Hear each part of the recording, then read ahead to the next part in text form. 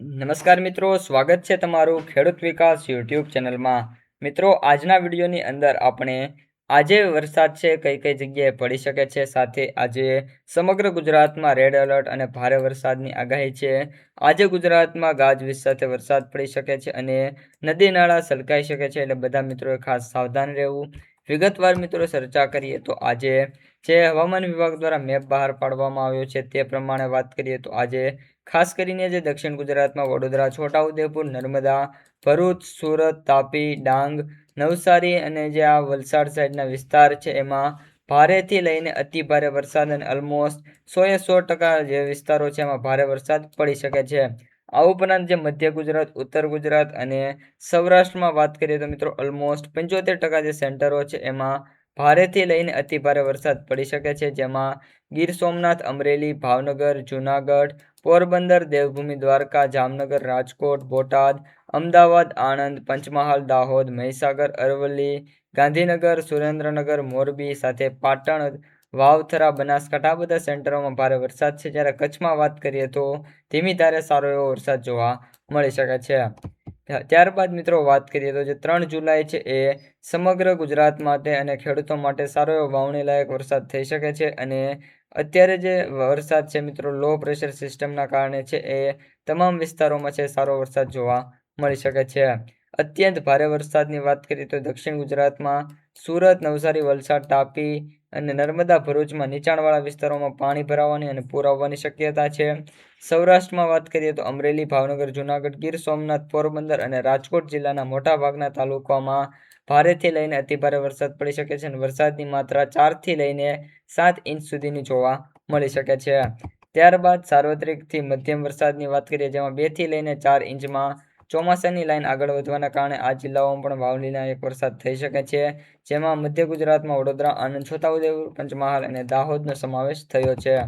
ત્યારબાદ 1 થી 2 ઇંચ અને મધ્યમ વરસાદથી હળવો વરસાદની વાત કરીએ તો ઉત્તર ગુજરાતમાં અમદાવાદ, ગાંધીનગર, ખેડા, સાબરકાંઠા, અરવલ્લી, મહીસાગર, મહેસાણા, ત્યારબાદ પાટણ, બનાસકાંઠામાં આખો દિવસ વાદળછાયું વાતાવરણ રહેશે અને વીજળીના ગડગડાટ સાથે છે વરસાદી રાઉન્ડ જોવા મળી શકે છે।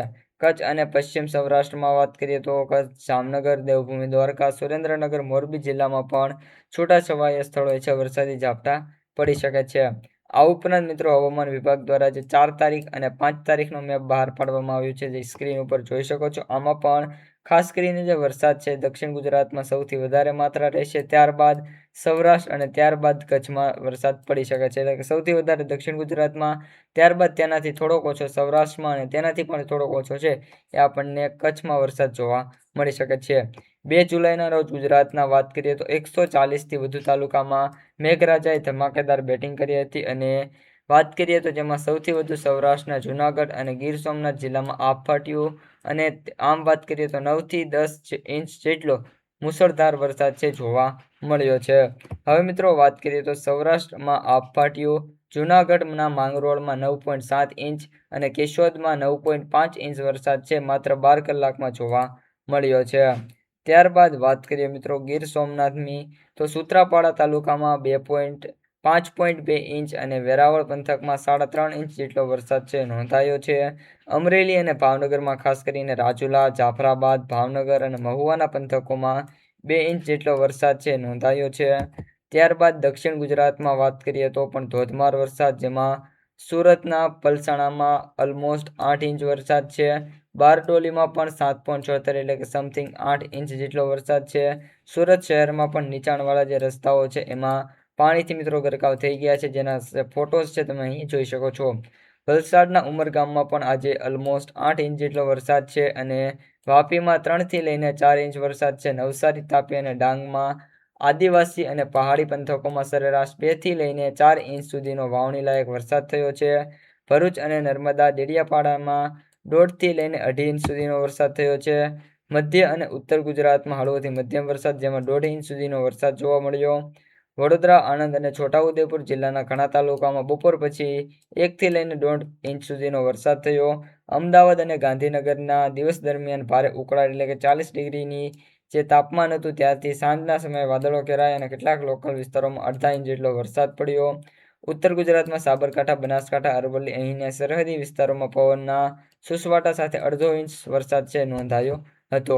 આ ઉપરાંત વિંડીનું મેપ છે અહીં તમે જોઈ રહ્યા છો એમ જે સમગ્ર સિસ્ટમ છે મિત્રો, અહીંયા આપણે સિસ્ટમ જોઈ રહ્યા છો. એક સિસ્ટમ અહીંયા છે અને એક સિસ્ટમ અહીંયા છે. આ બધી સિસ્ટમો છે એ ગુજરાતને અસર કરવાની છે, જેના કારણે ગુજરાત ઉપર આગામી જે 24 કલાક છે એમાં સારો એવો વરસાદ નોંધાઈ શકે છે અને તમામ વિસ્તારો છે એમાં વાવણી લાયક વરસાદ છે આપણને જોવા મળી જવાનો છે.